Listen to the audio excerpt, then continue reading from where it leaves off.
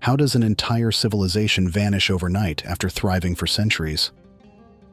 This is the baffling case of the Ancient Pueblo, whose cliffside dwellings and desert mastery once awed the Southwest. In this video, we'll explore the stunning spirit of these ingenious builders and the theories behind their abrupt, catastrophic end. Was it drought? Warfare? Spiritual unrest?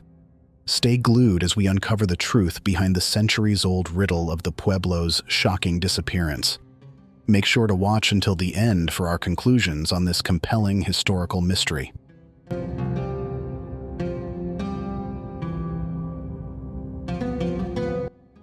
When we think of the American Southwest, images of towering sandstone cliffs and mesa-dotted landscapes often come to mind. But centuries before modern development, this harsh yet beautiful land was home to an innovative group of indigenous people we collectively refer to today as the Ancient Pueblo. Within this umbrella term, there were three main cultural groups. The Anasazi, meaning ancient enemy in Navajo, dominated the Four Corners region where Colorado, Utah, Arizona, and New Mexico all meet. Then you had the Mogollon settling throughout New Mexico, and the Hohokam residing in southern Arizona. Though spread across the Southwest, they all adapted similar ways of life to thrive in this often arid environment. Many lived in communities tucked within sheltered alcoves along cliff faces. Others chose mesa tops, creating stunning multi-level stone and adobe villages literally built into the sides of mountains. Two sites that exemplify these architectural feats are Mesa Verde National Park in southwestern Colorado and Chaco Canyon in northwest New Mexico. From their ingenious homes to the distinctive artifacts they left behind, the Ancient Pueblos forged a unique culture centuries before European contact. Though they vanished mysteriously, their legacy remains etched into the red rock landscapes they called home.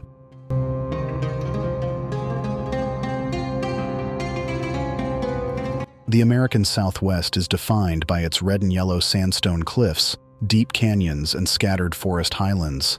But it's also an arid land, with rainfall averaging only 10 to 15 inches per year. For the Ancient Pueblos, this climate posed a substantial challenge. How could they build a thriving, sustainable society in such dry terrain? The answer lay in clever agricultural innovations. While rainfall was limited, the Pueblos maximized what moisture did fall by developing sophisticated irrigation systems. The Hohokam built hundreds of miles of canals diverting water from the Gila River throughout southern Arizona. In Chaco Canyon, the Anasazi engineered dams and reservoirs to capture runoff from sporadic rainstorms. This irrigation allowed fields of corn, beans, squash, and other crops to flourish beyond what should have been possible. When irrigation proved unreliable, Pueblo farmers employed dryland farming techniques like check dams and terraces to slow erosion and retain scarce rainfall. They also grew hardy, drought-resistant strains of corn that could survive on minimal water. Hunting wild game and gathering native plants supplemented these crops. The Pueblos remained masters of their desert environment by utilizing all it had to offer. Trade also allowed them to obtain resources not found locally. Networks like the 400-mile Chaco roads stretched across the Southwest, connecting farming villages with hunter-gatherer camps.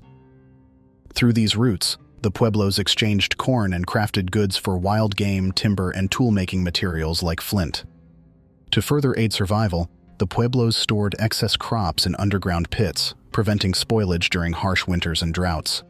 Their innovative farming and storage methods allowed the Ancient Pueblos to not only survive but thrive in the harsh desert for over 2,000 years. With their agricultural systems providing steady food supplies, the Ancient Pueblos began constructing permanent towns and villages. Multi-story houses and plazas were built from expertly crafted sandstone blocks and adobe mud bricks.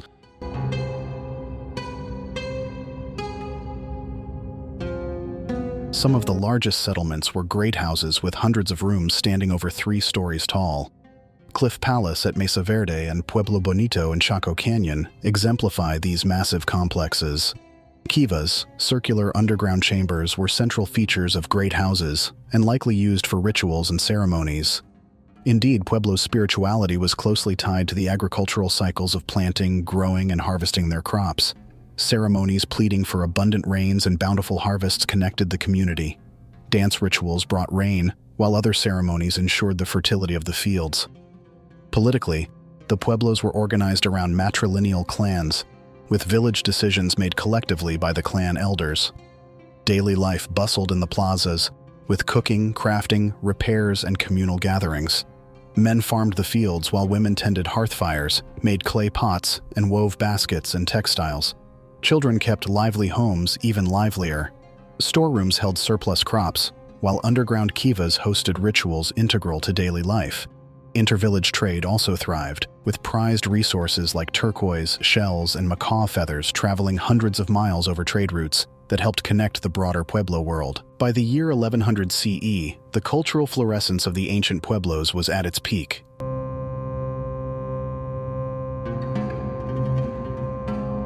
By the early 1300s, the ancient Pueblo people had thrived across the Four Corners region for over a millennium.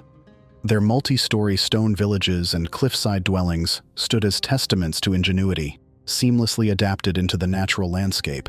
But over just a few decades, this entire civilization collapsed. By 1300 CE, even the largest complexes, like Mesa Verde and Chaco Canyon, stood hauntingly empty. What could have possibly caused such a dramatic abandonment? The prime suspect is climate change. In the late 1200s, the Southwest was struck by a prolonged mega-drought, bringing severe declines in rainfall for over 30 years. Once reliable water sources dried up, irrigation canals ran empty, and crops withered in the fields. Without their ingenious water systems, the arid landscape quickly turned against the Pueblo people. Making matters worse, this environmental disaster coincided with increased raids from Navajo and Apache nomadic bands newly arriving in the region.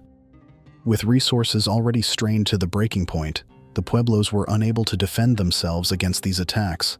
They had relied too heavily on environmental stability, and the double blow of drought and violence proved more than their fragile systems could withstand. Facing starvation, conflict, and societal collapse, the ancient Pueblo people had little choice but to abandon their ancestral lands en masse. Their destinations remain mysterious, but many migrants likely turned south and east towards the higher rainfall along the Rio Grande River.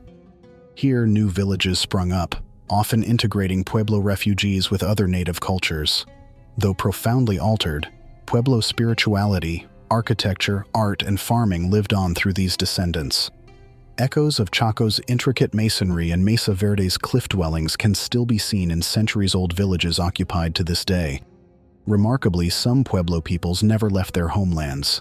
In places like Acoma and Taos, direct descendants still inhabit the same mesa and canyon villages their ancestors built nearly 1,000 years ago. Though the ancient Pueblo people as a cohesive civilization faded away, their legacy remains firmly rooted in the living landscape of the American Southwest. Today, over 75,000 Pueblo descendants keep their ancestors' traditions alive. The Hopi, Zuni, Acoma, and other tribes retain connections to old Pueblo culture and religion. They grow heirloom crops, speak native languages, and pass down age-old legends through oral histories. Ancient Pueblo mysteries also live on through archaeology at sites like Mesa Verde and Chaco Canyon. New discoveries fill gaps in our knowledge, while digital mapping reveals connections across vast distances. Technologies like LIDAR scanning unveil structures still hidden under centuries of Earth. Research continues to unravel the ancient Pueblos' innovative irrigation, architecture, road systems, and spiritual life. Their intimate relationship with the Southwest environment shaped a resilient civilization spanning over 10 centuries. Though gone for hundreds of years, the ancient Pueblo legacy remains firmly ingrained across the American Southwest's ancient sites and living native traditions. And those are our theories on the rapid demise of the ancient Pueblo civilization. But what do you think caused their shocking disappearance?